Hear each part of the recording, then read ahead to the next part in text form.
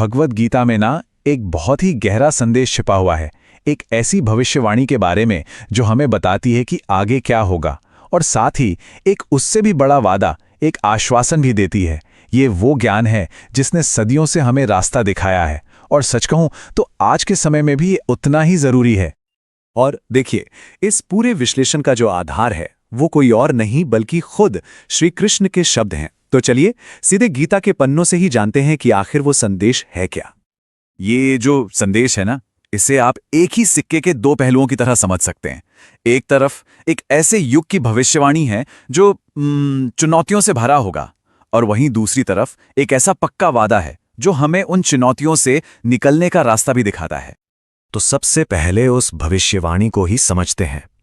गीता में एक खास समय का जिक्र आता है जिसे कलयुग कहा गया है, मतलब एक ऐसा दौर जिसकी पहचान ही धर्म के पतन से होगी।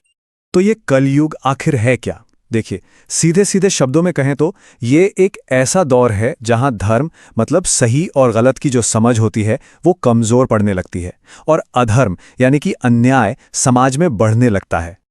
और इस युग के जो लक्षण बताए गए हैं वो वाकई में सोचने पर मजबूर करते हैं। कहा गया है कि समाज में लोग लोभ और लालच में फंस जाएंगे, गुस्सा क्रोध लोगों के व्यवहार पर हावी हो जाएगा, और स्वार्थ मतलब अपना फायदा हर रिश्ते से ऊपर हो जाएगा। भक्ति का भाव कम होने लगेगा और लोग सच को जानते हुए भी उसे अनदेखा करेंगे। अच्छा, ये सब सुनकर मन में एक सवाल तो उठता ही है कि अगर चारों तरफ इतना अंधेरा और अधर्म होगा तो फिर उम्मीद की किरण कहाँ है, सहारा क्या है? बस यहीं से गीता का संदेश एक बहुत ही कमाल का मोड़ लेता है। उस मुश्किल दौर की भविष्यवाणी के साथ ही एक दिव्य आश्वासन, एक डिवाइन प्रॉमिस भी जुड़ा है। मतलब जहां एक तरफ पतन की बात है तो वहीं दूसरी तरफ उससे बचने का एक पक्का वादा भी है। और वो वादा क्या है?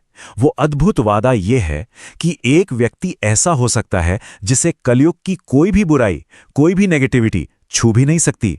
जरा सोचिए, ये कितनी बड़ी और कितनी शक्तिशाली बात है। तो सवाल ये है कि वो कौन है जो इस युग के बुरे प्रभाव से बच सकता है?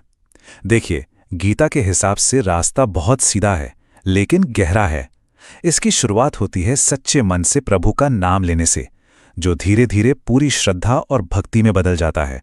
और जब वो भक्ति हमारे जीवन का हिस्सा बन जाती है ना, तो इंसान अपने आप ही धर्म के रास्ते पे चलने लगता है। यही है वो असली सुरक्षा कवच। तो इस पूरे संदेश का इसका सार क्या निकलता है? सार यही है कि इस मुश्किल भरे दौर में सबसे बड़ी ताकत, सबसे बड़ा सहारा और सबसे मजबूत कवच अगर कुछ है तो वो सिर्फ एक चीज है, भक्ति। और आखिर में ये एक लाइन पूरे ज्ञान को अपने अंदर समेट लेती है। ये एक ऐसा सच है जो किसी समय या हालात पर निर्भर नहीं करता, कि चाहे कोई भी युग हो, कोई भी परिस्थिति हो, केवल भगवान का नाम ही सबसे बड़ा और आखिरी सहारा है। तो ये सारी बातें हमें एक बहुत गहरे सवाल के साथ छोड़ जाती हैं कि आज के इस मॉडर्न जमाने में, इस भागदौड़ वाली जिंदगी में सच्ची भक्ति का असल मतलब क्या हो सकता है?